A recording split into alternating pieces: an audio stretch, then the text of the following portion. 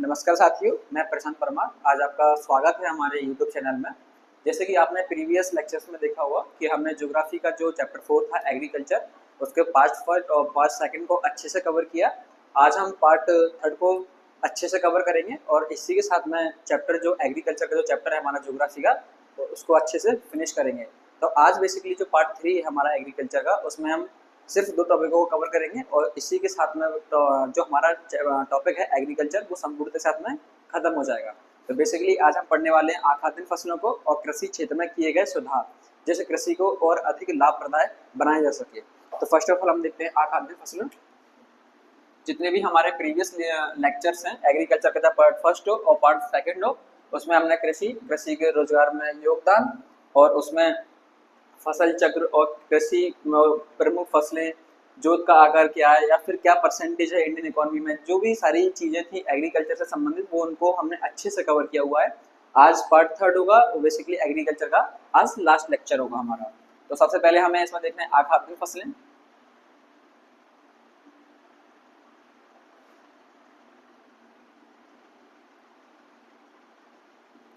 तो first of all हम समझते हैं कि आखाद्य फसलें होती क्या हैं।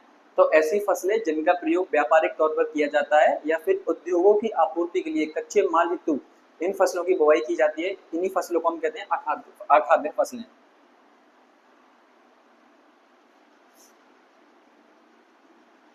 ऐसी फसलें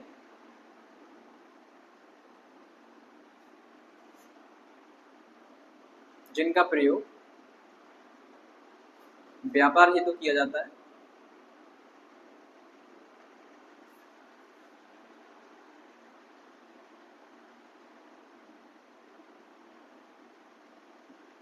अर्थात उद्योगों को कच्चे माल हेतु आपूर्ति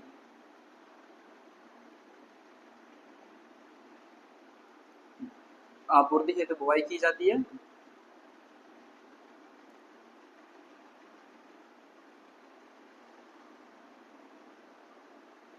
ऐसी फसलों को हम कहते हैं आखाद्य फसलें। बेसिकली तो क्या है, ऐसी फसलें जिनका प्रयोग व्यापार हेतु किया जाता है, अर्थात उद्योगों को कच्चे माल आपूर्ति हेतु बुवाई की जाती है।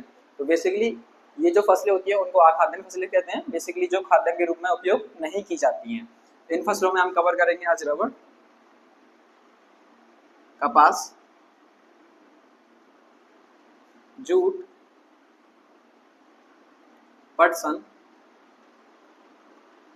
और रेशम।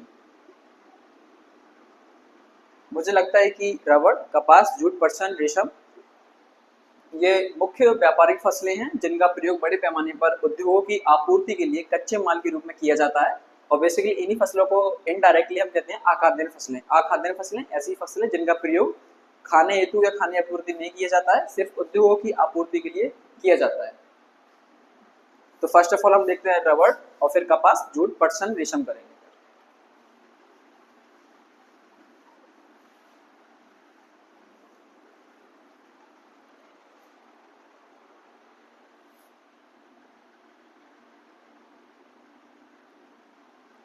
तो रबर की जो खेती की जाती है, तो रबर की खेती बेसिकली बड़े बड़े वृक्षों से लैक्टिक एसिड को प्राप्त करके रबर का जो है उत्पादन किया जाता है।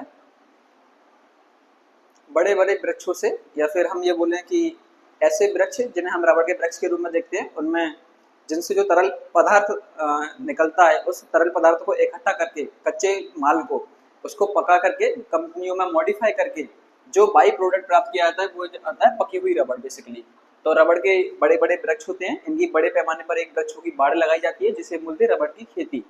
तो बेसिकली उनसे जो भी तरल पदार्थ निकलता है, लैक्टिक एसिड जो निकलता है, उसी को भारी मात्रा में इकट्ठा करके रबर जैसे सामग्री का उत्पादन किया जाता है। तो बेसिकली रबर की जो खेती है वो कहाँ होती है, तो सबसे पहले देखते हैं भूमध्य सागरीय क्षेत्र में।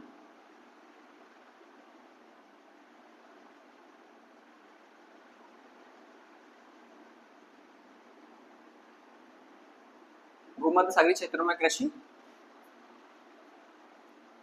जहाँ अच्छा तापमान हो तथा वर्षा की मात्रा अच्छी हो।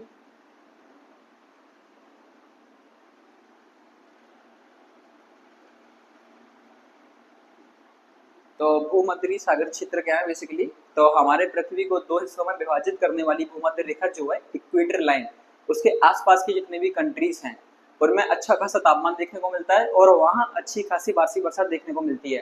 तो रबड़ का जितना भी प्रोडक्शन है या रबड़ की खेती जितनी भी पूरे धरती पर की जाती है या अच्छी पैदावार रबड़ की जहाँ की जाती है, तो बेसिकली वो भूमध्य सागरीय क्षेत्र होंगे, क्योंकि वहाँ पर वर्ष भर अच्छा तापमान प्राप्त होता है उस क्षेत्र में और वर्ष भर जो वर्षा की मात्रा है वो भी अच्छी प्राप्त होती है। तो बेसिकली भारत के भी कुछ क्षेत्र ऐसे हैं जो भूमध्य सागर से लगे हुए हैं, लगने का मतलब ये नहीं कि बिल्कुल सटे हैं, हालांकि कुछ दूरी पर है, परंतु भूमध्य सागर की ओर हैं और वहाँ अच्छी खासी वर्षा देखने को मिलती है, तापमान निरंतर अच्छा रहता है। तो ऐसे क्षेत्रों में जहाँ बेसिकली तापमान अच्छा हो और वार्षिक वर्षा की जो मात्रा है वो भी अच्छी हो, तो ऐसे क्षेत्रों में खेती की जाती है रबड़ की बेसिकली। तो रबड़ बेसिकली एक छोटी सी डेफिनेशन देखें तो भूमध्य सागरीय क्षेत्रों में जहाँ अच्छा तापमान हो और अच्छी वर्षा की मात्रा हो, तो ऐसे क्षेत्रों में बेसिकली जो एग्रीकल्चर किया जाता है या फिर बोले तो रबड़ का उत्पादन बड़े पैमाने पर किया जाता है। तो बेसिकली इसके लिए जो तापमान की आवश्यकता होती है, तापमान चाहिए 25 सेल्सियस से अधिक और वार्षिक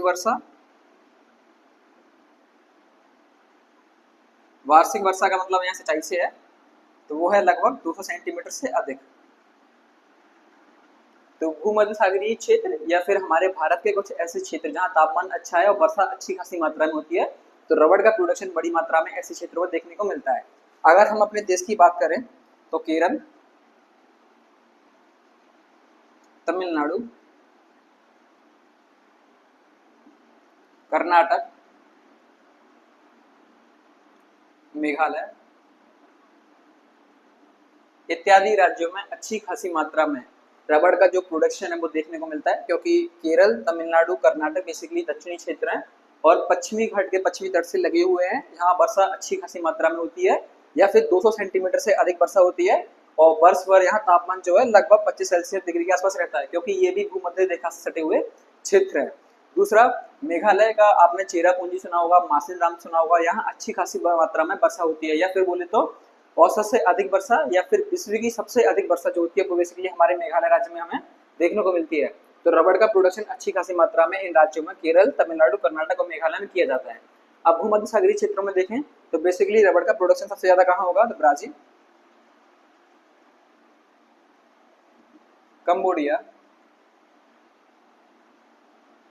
मलेशिया, इंडोनेशिया। अगर हम भूमध्य सागरीय क्षेत्रों की बात करें, बेसिकली कुछ ऐसे देश हैं जो भूमध्य सागर के या तो बिल्कुल बीच में पड़ते हैं या फिर आसपास का जो एरिया है उसको कवर करते हैं, तो बेसिकली ब्राजील का अमेज़न फॉरेस्ट हो गया, कंबोडिया, मलेशिया, इंडोनेशिया, ये भूमध्य सागरीय सतही क्षेत्र है जहाँ रबड़ का जो प्रोडक्शन है वो बहुत अच्छी मात्रा में प्राप्त किया जाता है। अगर भारत की बात करें, केरल, तमिलनाडु, कर्नाटक और मेघालय, वार्षिक वर्षा यानी सिंचाई की जो आवश्यकता है वो है 2 सेंटीमीटर, तापमान 25 सेल्सियस से ऊपर। तो मुझे लगता है कि जो रबड़ का एग्रीकल्चर है भारत और विश्व के दृष्टिकोण से पर्याप्त है इतना। आगे हम देखते हैं कपास की खेती।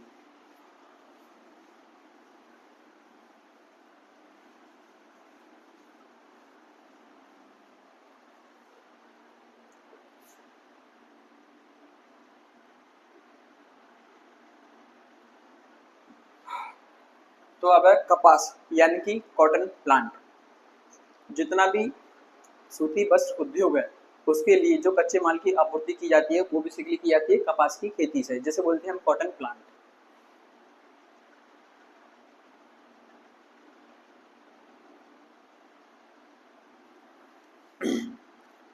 अब भारत में कपास का एग्रीकल्चर किन किन राज्यों में देखने को मिलता है, क्या क्या आदर्श दशाएं हैं जहाँ कपास की खेती अच्छी की जा सकती है, या फिर कौन कौन से रिक्वायरमेंट ऐसे इंस्ट्रूमेंट्स है जहाँ कॉटन प्लांट्स का अच्छे से प्रोडक्शन किया जाता है।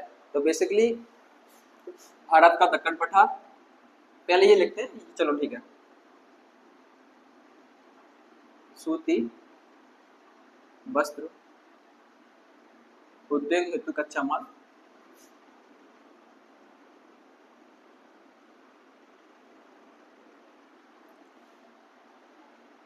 दूसरा है भारत उत्पादन में दूसरे स्थान पर। यहाँ दूसरे स्थान की बात है विश्व के मामले में तो भारत उत्पादन में दूसरे स्थान पर है और प्रथम है चीन। कपास का जो प्रोडक्शन है सबसे ज्यादा किया जाता है चीन में, उसके बाद में जो सेकंड लार्जेस्ट कंट्री है वो है हमारा इंडिया। तो फर्स्ट ऑफ ऑल सबसे ज्यादा जो प्रोडक्शन है कॉटन का यानी कि कपास का सबसे ज्यादा जो उत्पादन है वो किया जाता है चीन में और दूसरे स्थान पर है हमारा भारत। कपास की जो सबसे अच्छी किस्म है वो हमें देखने को मिलती है नॉर्थ अमेरिका यानी कि यूएसए में।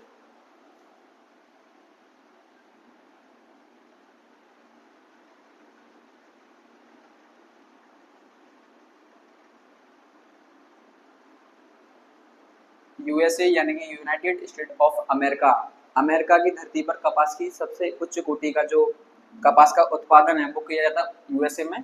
पूरे वर्ल्ड में सबसे ज्यादा जो प्रोडक्शन है वो है हमारा चाइना में और सेकंड लार्जेस्ट कंट्री जो प्रोडक्शन में सेकंड नंबर पे है तो वो है हमारा भारत। कपास बेसिकली क्या है, सूती बस उद्योग हेतु कच्चे माल को प्रोवाइड कराता है। अब इसके लिए एग्रीकल्चर के लिए आदर्श दशाएं कैसी हैं, तो बेसिकली पहले देखते हैं। जैसे काली मिट्टी की आवश्यकता होती है, काली मिट्टी में ये जो है काली मृदा आदर्श है इसके लिए, क्योंकि काली मिट्टी में हर वो पोषक तत्व है और फिर नमी धारण करने की क्षमता अच्छी है। तो बेसिकली कपास के लिए जो उपयुक्त मृदा है वो काली मृदा आदर्श है इसके लिए। तापमान की बात करें 25 डिग्री सेल्सियस के लगभग, और ज़्यादा सिंचाई की आवश्यकता होती नहीं है। सिंचाई बेसिकली 100 से 150 सेंटीमीटर वार्षिक वर्षा। ऐसे क्षेत्र जहां 100 से 150 सेंटीमीटर वार्षिक वर्षा वाले क्षेत्र हैं, लगभग तापमान जो है 25 डिग्री सेल्सियस के आसपास रहता है, और काली मिट्टी का क्षेत्र, बेसिकली ये जो 3 रिक्वायरमेंट्स हैं कपास उत्पादन के लिए आदर्श दशाएं को बढ़ावा देती हैं। तो कपास के उत्पादन को 3 चीजें मैटर करती हैं। ये तो काली मिट्टी का क्षेत्र होना चाहिए, हालांकि जलोढ़ मिट्टी में भी कहीं कहीं ये उत्पादन देखने को मिलता है, परंतु जो इसके लिए अच्छी या गुणवत्तापूर्ण जो मृदा है वो काली मृदा, तापमान 25 सेल्सियस तक होना चाहिए या फिर लगभग उसके, और सिंचाई जो है वार्षिक वर्षा 100 से 150 सेंटीमीटर होनी चाहिए। ऐसे क्षेत्र में कपास का उत्पादन अच्छी मात्रा में देखने को मिलता है। पूरे विश्व में सबसे अच्छी किस्म देखने को मिलेगी यूएसए में। पूरे वर्ल्ड में जो फर्स्ट लार्जेस्ट प्रोडक्शन है तो वो है चीन में, और सेकंड जो प्रोडक्शन के मामले में है तो वो है हमारा भारत। अब हमें ये देखना है कि भारत के कौन कौन से क्षेत्र हैं जहां कपास का अच्छा उत्पादन किया जाता है। तो सबसे ज्यादा उत्पादन जो है महाराष्ट्र, दूसरे पे है कर्नाटक, गुजरात, मध्य प्रदेश का दक्षिणी क्षेत्र, दक्षिण पश्चिम करते हैं इसको।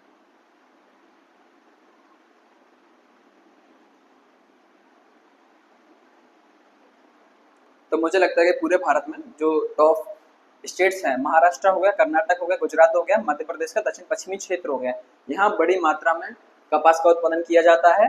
और आप एक चीज नोटिस करना कि भारत में जितने भी वस्त्र उद्योग हैं, जितनी भी टेक्सटाइल इंडस्ट्रीज हैं जहाँ बड़े पैमाने पर कच्चे माल के रूप में कपड़े का उत्पादन किया जाता है, तो सबसे ज्यादा जो कच्चे सूती वस्त्र उद्योग है यानी कि जो टेक्सटाइल इंडस्ट्रीज हैं वो आपको गुजरात के बॉर्डर पर देखने को मिलेंगी, कर्नाटक के आसपास क्षेत्र देखने को मिलेंगी, महाराष्ट्र बॉर्डर पर देखने को मिलेंगी, और मध्य प्रदेश के दक्षिण पश्चिमी क्षेत्र में मिलेंगी, जैसे कि बुरहानपुर में। तो बेसिकली कच्चे माल का कपास जो है, कपास कच्चे माल की आपूर्ति करता है सूती वस्त्र उद्योग हेतु। तो बेसिकली ये उद्योग संकेंद्र, ये ऐसे उद्योग है जो बेसिकली फसल संकेंद्रण है, जहाँ इनका प्रोडक्शन अच्छी मात्रा में होता है, वहीं ये उद्योग स्थापित किए जाते हैं। तो मुझे लगता है कि कपास के बारे में इतनी जानकारी सफिशियंट है। और बेसिकली दक्कन का पठार जो है, जिसमें मैंने बताया था कि आपको महाराष्ट्र, कर्नाटक और तेलंगाना कुछ भाग और मध्य प्रदेश का दक्षिण पश्चिमी भाग जो इसमें शामिल किया जाता है, काली मिट्टी का क्षेत्र, यहाँ कपास का बड़े पैमाने पर उत्पादन किया जाता है। इसी कपास के कच्चे माल की आपूर्ति हेतु यहीं पर संकेंद्रण को देखते हुए सूती वस्त्र उद्योग को स्थापित किया गया है। तो मुझे लगता है कि कपास के लिए इतनी जानकारी पर्याप्त है। और अगर हम देखें तो सब एक हिस्टोरिकल बैकग्राउंड देखें तो कपास का जो एग्रीकल्चर है, कपास की जो खेती सबसे पहले स्टार्ट की गई थी हमारे प्राचीन भारत में हड़प्पा सभ्यता में। तो हड़प्पा सभ्यता में जो एग्रीकल्चर था उसमें कपास की खेती भी एक मुख्य थी, यानी कि हड़प्पा सभ्यता के जो लोग थे बेसिकली वो भी सूती वस्त्रों का उपयोग करते थे अपने पहनने के लिए, ओढ़ने के लिए। तो सूती वस्त्र का उपयोग करने के लिए उनको बड़ी मात्रा में कपास चाहिए था। तो हड़प्पा सभ्यता अभी तक की एकमात्र ऐसी सभ्यता है जहाँ भारतीय उपमहाद्वीप में सबसे पहले एविडेंस यानी कि साक्ष्य देखे गए हैं कृषि के, और बेसिकली किसके, कपास के। तो कपास उत्पादन के सबसे पहले साक्ष्य देखे गए थे हड़प्पा सभ्यता में। और बेसिकली इसको हम कह सकते हैं कि सूती वस्त्र उद्योग या सूती वस्त्र बनाने में हम भारतीयों को महारत हासिल थी, क्योंकि कपास का उत्पादन और कपास का अच्छे से उपयोग कच्चे माल के रूप में सूती वस्त्र हम करना जानते थे बहुत लंबे समय तक, जो आज भी हम इसको कंटिन्यू और बरकरार रखे हुए हैं। मुझे लगता है कि इतना पर्याप्त है। तो सबसे पहले कपास के जो उत्पादन के जो एविडेंस साक्ष्य है वो मिलते हैं हमें हड़प्पा सभ्यता में।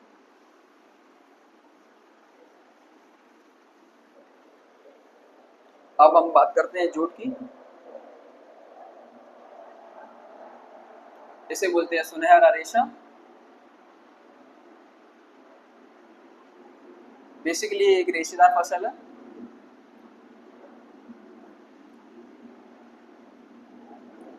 नदियों के डेल्टाई भागों में देखने को मिलती है।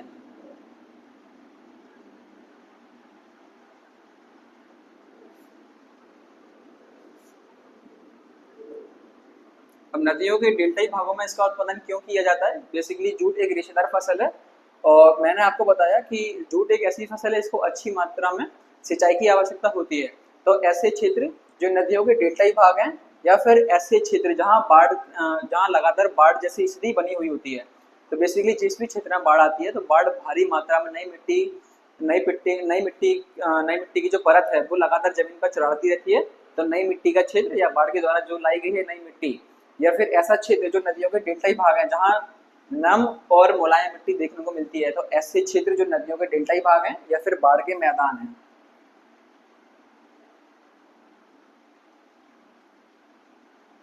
बाढ़ के मैदान ऐसे क्षेत्रों में बड़ी मात्रा में हमें देखने को मिलती है जूट की फसल, क्योंकि बाढ़ के मैदानों में जो मिट्टी मिलती है वो मुलायम होती है और नम होती है। नदियों के डेल्टाई भागों में भी जो मिट्टी मिलती है वो मुलायम और नम होती है और सिंचाई की आवश्यकता भी ज्यादा कुछ पड़ती नहीं है, क्योंकि नदियों के द्वारा लगातार पानी आता रहता है और बाढ़ के द्वारा लगातार जल भराव की स्थिति देखी जाती है। तो ऐसी कंडीशन में जूट की फसल का उत्पादन करना हमारे लिए आदर्श होता है। और सबसे ज्यादा अगर हम इसका उत्पादन देखें, प्रोडक्शन देखें, तो पश्चिम बंगाल जिसे बोलते हैं वेस्ट बंगाल, पश्चिम बंगाल हो गया, बिहार हो गया, उड़ीसा इत्यादि राज्य हैं। जो प्रमुख राज्य है वो है पश्चिम बंगाल, बिहार और उड़ीसा। उड़ीसा ये तीनों राज्य ऐसे हैं जो वहाँ बड़े पैमाने पर डेल्टाई भाग देखने को मिलते हैं और बड़े पैमाने पर बाढ़ जैसे ग्रस्त या डूब क्षेत्र वहाँ हैं। तो बेसिकली जहाँ भी बाढ़ग्रस्त क्षेत्र होगा या फिर नदियों के डेल्टाई भाग होंगे वहाँ नम और मुलायम मिट्टी मिलेगी जो आदर्श दशाएं उत्पादन करेंगी जूट की कृषि के लिए। और बाढ़ का मैदान है बेसिकली या फिर नदी का क्षेत्र है तो सिंचाई अच्छी खासी मात्रा में मिलती रहती है। तो जूट का जो उत्पादन है वो अच्छी खासी मात्रा में होता है। सुनहरा रेशा इसे कहते हैं। इसका उत्पादन बोरी बनाने में या फिर रस्सी बनाने में या जो पेपर बैग आते हैं उसको बनाने में, जो कार्टून्स आते हैं हमारे घरों में, जो डिब्बे आते हैं उनको बनाने में, या फिर मुलायम दार जो चीजें बनाई जाती है रेशों का उपयोग करके बेसिकली बैग या जो भी सामान है आदि वो सब उन सबके सामान का जो निर्माण किया जाता है उसमें जूट को कच्चे माल के रूप में उपयोग किया जाता है। अब हमारा आखिरी बचता है रेशम।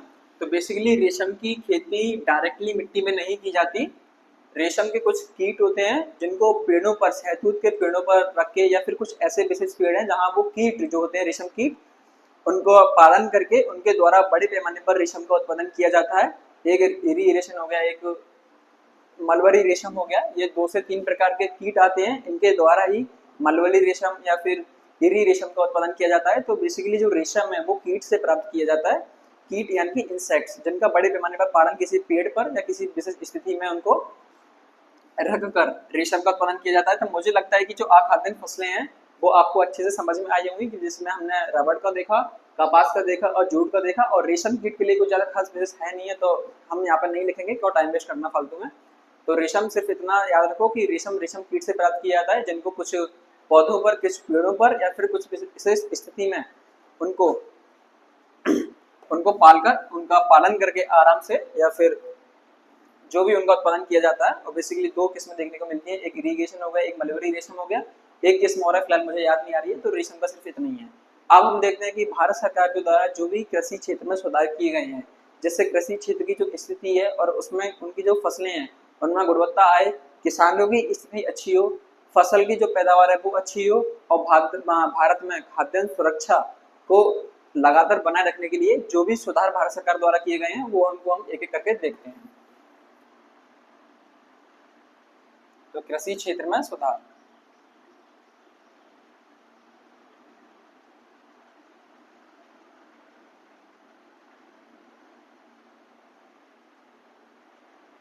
तो सबसे पहले हम देखते हैं चकबंदी करना। चकबंदी और सीमांकन। तो चकबंदी और सीमांकन क्या है? बेसिकली भारत सरकार के द्वारा फर्स्ट अमेंडमेंट यानी कि जो प्रथम संविधान संशोधन किया गया, उसमें बड़े पैमाने पर कृषि सुधार किए गए। कृषि की जो पीढ़ी दर पीढ़ी है, उनमें आने वाली जो जनरेशन है, बच्चों में जो भी कृषि क्षेत्र को बांटा जाता है, तो क्या होता है, एक बड़े जमीनी क्षेत्र को कई हिस्सों में बांटकर उसका जो बिखराव है उसको प्लेन करने के लिए या फिर उस बिखराव को रोकने के लिए हमारी सरकार सीमांकन जैसी व्यवस्था लेके आई, जिससे पीढ़ी दर पीढ़ी जो भी कृषि क्षेत्रों की या फिर खेत की जो हिस्सेदारी हो रही है वो आपस में ना टूट पाए, कृषि या फसल चक्र बेकार ना हो पाए, या कृषि के उत्पादन में किसी भी प्रकार की रुकावट ना आ पाए। तो उन्हीं सब खेतों को आपस में जोड़ने के लिए सीमांकन जैसी व्यवस्था लेके आई। और फिर एक पीढ़ी के पास कितने खेत हैं या फिर दूसरे परिवार के पास में कितने खेत हैं, तो जितने भी परिवार उस क्षेत्र में रहते हैं उन सबकी जमीन को आपस में बैलेंस किया गया है, या फिर ग्रिड पद्धति पर बांटा गया, या फिर यूं कहो कि किसी का खेत पहली लाइन में है, फिर उसका खेत तीसरी लाइन में है, फिर उसी व्यक्ति का एक चौथा खेत पांचवी लाइन में है। तो ये स्थिति से ना जूझना पड़े भारतीय किसानों को, तो एक बड़े से एरिया में जितनी जगह थी हर किसान को सेपरेट बांट दी गई और उनका सीमांकन किया गया बेसिकली। तो यही प्रोसेस कहलाती है चकबंदी। तो कृषि क्षेत्र आपस में ना बट पाए या कृषि क्षेत्र का जो बिखराव है उन सबको एक साथ में इकट्ठा करके बड़े बड़े कृषि क्षेत्रों में विभाजित कर देना, ताकि फसल चक्र और उसका उत्पादन लगातार बना रहे। इसके लिए भारत सरकार प्रथम संविधान संशोधन लेके आई, first amendment of Indian constitution, जिसमें चकबंदी और सीमांकन जैसे प्रावधान सामने लेके आई। दूसरा हुआ हरित क्रांति।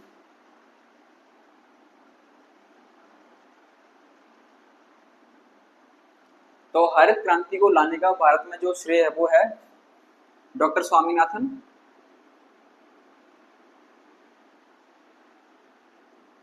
ये भारत में कृषि वैज्ञानिक हुए। भारत में जब भारत आजाद हुआ 1947 के बाद में या फिर 1964 के बीच में कई सारे अकालों का भारत को सामना करना पड़ा। अकाल मतलब ये समझ लो कि भूखमरी या फिर बाढ़ ग्रस्त क्षेत्र हो गया कोई, या फिर सूखा ग्रस्त क्षेत्र हो गया, जहाँ कृषि को बड़े पैमाने पर नुकसान हुआ, उसकी जो पैदावार है उसको बड़े पैमाने पर प्रभावित किया गया प्राकृतिक आपदाओं के द्वारा, या फिर कुछ कीट ऐसे रहे या फिर कुछ रासायनिक दवाइयां ऐसी रही जिससे बड़े पैमाने पर फसलें खराब हो गई। तो अकाल जैसी स्थिति जब भी आती है तो बेसिकली उसमें क्या होता है, कृषि का जो प्रोडक्शन है वो कम हो जाता है।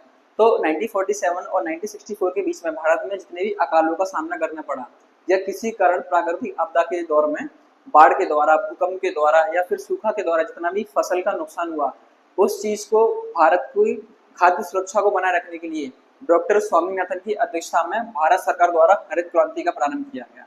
अब बेसिकली हरित क्रांति ठीक है, तो हरित क्रांति का मतलब इतना था कि ऐसे क्षेत्र जहां फसलों में या फसलों के उत्पादन में बड़े पैमाने पर गिरावट देखने को मिली है, सूखाग्रस्त क्षेत्र हैं या फिर बाढ़ ग्रस्त क्षेत्र हैं, कृषि का किसी न किसी रूप में अपघटन होना या फिर कृषि का उत्पादन वो लगातार कम होना, ऐसे क्षेत्रों में हरित क्रांति को लागू करना, जिससे बड़े पैमाने पर रासायनिक उर्वरक, रासायनिक कीटनाशक और रासायनिक खतपरनाशी का प्रयोग करके बड़े पैमाने पर कृषि की जो पैदावार है, उत्पादन क्षमता है, उसको बढ़ाया जाए, भूखमरी जैसी समस्या को मिटाया जाए। तो 1947 से 1964 के बीच में बड़े अकालों का सामना करना पड़ा, बड़े पैमाने पर अकालों का सामना करना पड़ा। अकालों से राहत पाने के लिए या फिर खाद्य सुरक्षा को बनाए रखने के लिए भारत सरकार ने डॉक्टर स्वामीनाथन की अध्यक्षता में हरित क्रांति को लॉन्च किया। बेसिकली इसका जो टाइम पीरियड है वो 1968 है। इसका जो उद्देश्य था वो था भुखमरी मिटाना, भुखमरी मिटाना बेसिकली, और खाद्य सुरक्षा को बनाए रखना।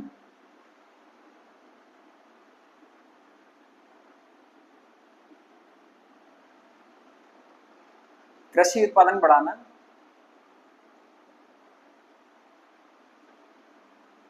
और किसानों की स्थिति अच्छी करना, किसानों की स्थिति में सुधार।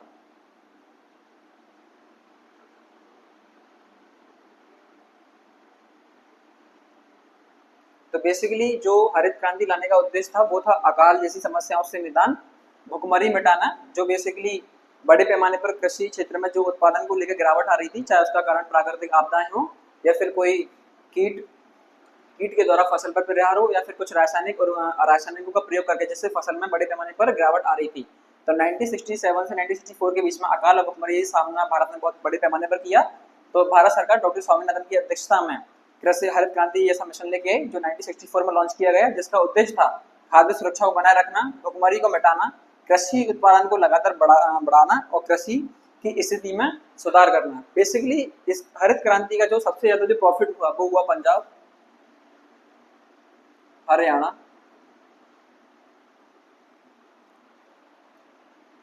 उत्तर प्रदेश और मध्य प्रदेश के कुछ क्षेत्र।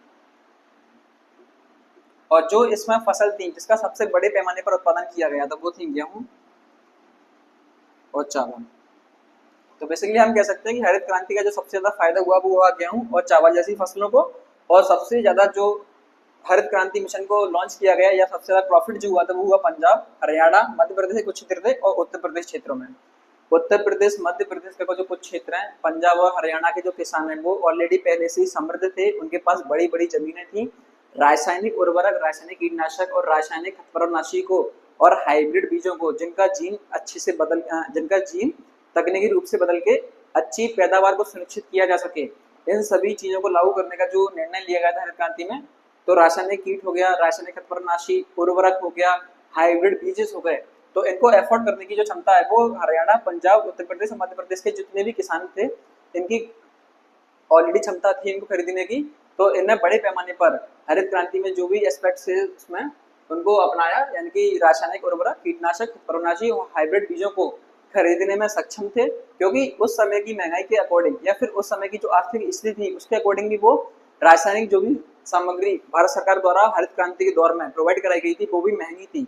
तो जितने भी छोटे किसान थे, सीमांत किसान थे या फिर जिनके पास जमीन ज्यादा नहीं है, गरीब लोग हैं, पिछड़े किसान हैं, इनके पास इतनी क्षमता उस समय भी नहीं थी कि वो रासायनिक कीटनाशक, उर्वरक, खरपतवारनाशी, हाइब्रिड बीज को एफोर्ड कर सके या खरीद सके। तो बेसिकली पंजाब, हरियाणा, उत्तर प्रदेश, मध्य प्रदेश के किसानों की इतनी क्षमता थी, इतना सामर्थ्य था, तो वो बड़े पैमाने पर इन सामग्री का उपयोग कर सके। उन्होंने इस सामग्री का प्रयोग किया। तो सबसे ज्यादा जो हरित क्रांति का जो प्रॉफिट है बेसिकली हरियाणा, पंजाब, हरियाणा, उत्तर प्रदेश और मध्य प्रदेश कुछ क्षेत्रों में देखने को मिलता है। और सबसे ज्यादा जो फसल का उत्पादन किया गया बेसिकली वो था गेहूं और चावल। तो हरित क्रांति का बेसिकली इतना उद्देश्य था, अकाल जैसी समस्या को मिटाना, भुखमरी की समस्या को मिटाना, खाद्य सुरक्षा को बढ़ावा देना, कृषि उत्पादन को बढ़ाना और कृषि की स्थिति में सुधार करना, जिससे लगातार उत्पादन बढ़ता रहे और भारत को आने वाले समय में अकाल और भुखमरी की समस्या का सामना नहीं करना पड़े। सबसे ज्यादा फायदा हुआ पंजाब, हरियाणा, उत्तर प्रदेश, मध्य प्रदेश को। फसल जो थी मेन उसमें गेहूं और चावल रही। हरित क्रांति आंशिक रूप से सफल रही, पूर्णतः सफल नहीं हो पाई। सफल ना होने का कारण इतना था कि जो छोटे किसान थे, सीमांत किसान थे, उनके पास उतनी पूंजी भी नहीं थी उस समय कि वो महंगे बीजों को खरीद सकें या उर्वरक, कीटनाशक, खरपतवारनाशी को खरीद सकें। तो जिन किसानों की सामर्थ्य क्षमता अच्छी थी, अच्छा पैसा उनके पास था, तो बेसिकली वो हरियाणा, पंजाब, उत्तर प्रदेश, मध्य प्रदेश के क्षेत्रों से थे। तो उन्होंने बड़े पैमाने पर हरित क्रांति द्वारा जो भी सामग्री प्रोवाइड कराई गई उसका इस्तेमाल किया और गेहूं और चावल की अच्छी पैदावार की गई। आप एक चीज आज भी रिलेट करना कि भारत में केवल वही राज्य हैं, पंजाब, हरियाणा, उत्तर प्रदेश और मध्य प्रदेश, इनका प्रोडक्शन आज भी प्रेजेंट टाइम में 2025 की डेट में गेहूं और चावल के उत्पादन में प्रथम नंबर पर है। भारत में जो सबसे ज्यादा प्रोडक्शन देखा जाता है गेहूं और चावल का, तो वो इन्हीं 4 राज्यों में संकेंद्रित है। और इसका सिर्फ एक ही कारण है कि हरित क्रांति का जो सबसे ज्यादा प्रॉफिट अगर लिया गया तो वो इन्हीं क्षेत्रों के किसानों को द्वारा लिया गया, क्योंकि उन समय भी ये किसान बहुत अच्छे सामर्थ्य क्षमता में थे। और बाकी का जो क्षेत्र आज भी पिछड़ा हुआ है इन 2 फसलों में, तो वो इसी कारण से पिछड़ा हुआ है कि उस समय उन किसानों की सामर्थ्य क्षमता नहीं थी, जिस कारण वो हरित क्रांति का जो लाभ है वो नहीं ले पाए, चाहे वो भारत के अन्य कोई भी राज्य हो। एक बहुत बड़ा सुधार किया गया, किसान क्रेडिट कार्ड।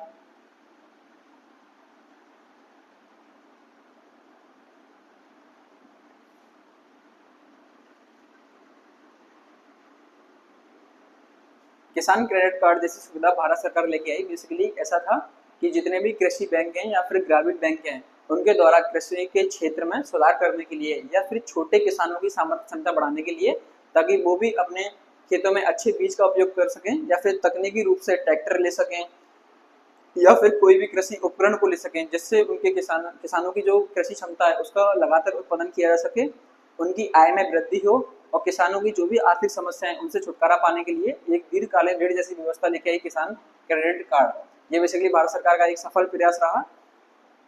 और एक है प्रधानमंत्री किसान कल्याण योजना।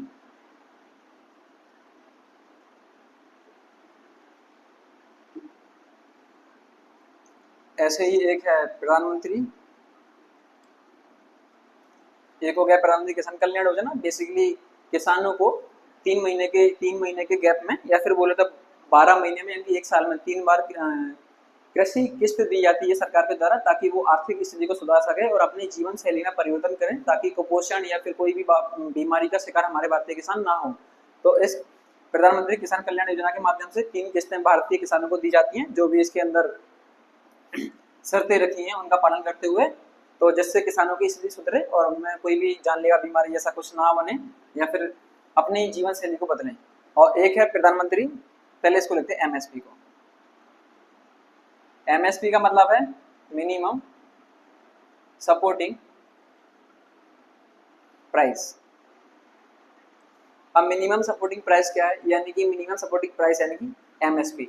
तो भारत सरकार ने देखा कि जितने भी भारत की जो कृषि मंडियां हैं उनमें बिचौलिए होते हैं, कुछ बिचौलिए होते हैं, सेठ होते हैं, साहूकार होते हैं, जो किसानों से बड़े पैमाने पर उनकी फसलों को कम दाम पर खरीद कर एक बड़ा या फिर मोटा मुनाफा कमाते हैं, जिससे भारतीय किसान बड़े पैमाने पर आर्थिक समस्या का शिकार हो रहे थे। तो इसी चीज को सुधारने के लिए, सेठ साहूकार और बिचौलियों की चंगुल से छुटाने के लिए सरकार एक प्रोजेक्ट लेके आई एमएसपी, जिसका मतलब है मिनिमम सपोर्टिंग प्राइस। तो सरकार ने तय किया कि आपके पास अगर 1 क्विंटल गेहूं है तो उसकी रेट भारतीय कृषि मंडियों में 2000 से कम नहीं होगी। हालांकि प्रेजेंट टाइम में एमएसपी में गेहूं, चावल या फिर जितनी भी फसल इंक्लूड है उनकी क्या रेट है ये मुझे नहीं मालूम, या फिर मुझे अभी फिलहाल याद नहीं आ रहा। आप सिर्फ इतना समझो कि भारत सरकार ने एक अंतिम लाइन यानी कि 2000 रुपए रेट फिक्स कर दिए कि इतनी रेट से कम आपका सामान अगर मार्केट में बिकता है या कोई भी सेठ साहूकार बिचौलिया कोई खरीदता है, तो आप उस सामान को, अपनी खाद्य सामग्री को उसको ना बेचें, बल्कि आप कृषि मंडी में आकर भारत सरकार या उनकी जो एजेंसियां काम कर रही हैं उनको बेचें। तो आपको 1 क्विंटल की जो बोरी है उस पर कम से कम कितना रुपए मिलेगा, 2000। अगर 2000 से ज्यादा रुपए कोई भी बिचौलिया, सेठ साहूकार या कोई भी घर में कोई भी आदमी या कोई भी बाजार में आपका सामान बिक रहा है 2000 की रेट पर, तो आप स्वतंत्र होकर उसको सामान दे सकते हैं। अगर आपकी जो खाद्य सामग्री है या जो फसल है वो किसी कारण से कम रेट में जा रही है, तो आप कृषि मंडियों में आइए, भारत सरकार के जो एमएसपी सपोर्टिंग प्राइस है उसका लाभ लीजिए। और भारत सरकार ने जो भी रेट फिक्स किए, चाहे वो 2000 हो, 3000 हो, किसी फसल पर 4000 हो, किसी फसल पर 5000 हो, तो उससे आप अपनी फसल को नीचे मत बेचो। आप मिनिमम सपोर्टिंग प्राइस का फायदा लो और कृषि मंडियों में खाद्य सामग्री जमा करो। इतना पैसा आपको भारत सरकार गारंटी रूप से उपलब्ध कराएगी। तो सिर्फ इसका उद्देश्य यही था कि भारतीय किसान अपनी फसलों को घाटे में ना बेचें, बिचौलिए, सेठ साहूकारों के चंगुल में ना फंसे, उनके बहकावे में ना आकर अपनी फसलों को घाटे में ना बेचें। अगर उनको प्रॉफिट मिलता है सरकार की रेट से ऊपर तो उनको स्वतंत्र होकर बेच सकते हैं। अगर उनको किसी भी प्रकार की आर्थिक समस्या या फिर उनको लगता है कि हमारी खाद्य सामग्री का कीमत अच्छा होना चाहिए, तो वो डायरेक्ट एमएसपी यानी कि कृषि मंडियों में जाकर इस योजना का लाभ ले सकते हैं। तो मुझे लगता है कि एमएसपी आपको अच्छे समझ में आया होगा। और एक पॉइंट है इसमें प्रधानमंत्री फसल बीमा योजना।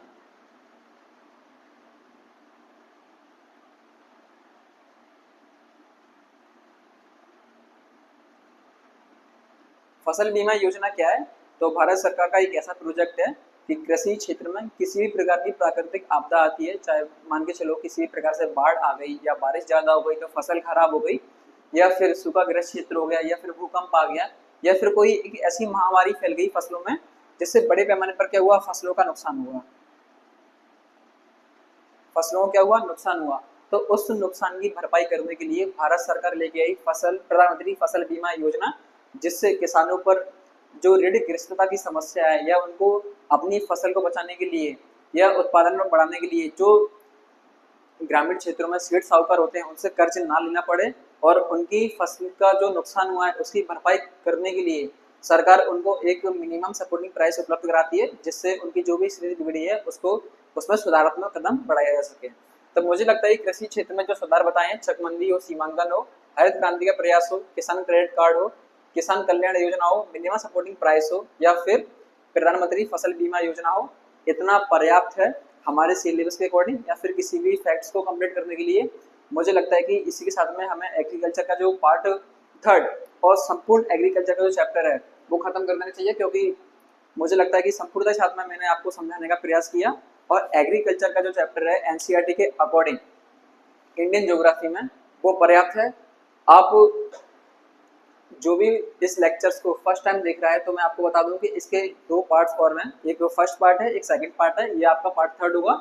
हमने 3 पार्ट्स में एग्रीकल्चर का जो चैप्टर है वो अच्छे से कवर किया, और मैं आशा करता हूँ कि आपको ये चीज़ अच्छे से समझ में आई होगी। कोई भी क्वेरी है या कोई भी टॉपिक आपको समझ में नहीं आता है तो आप डायरेक्ट उसको कमेंट में लिख सकते हैं। Thank you.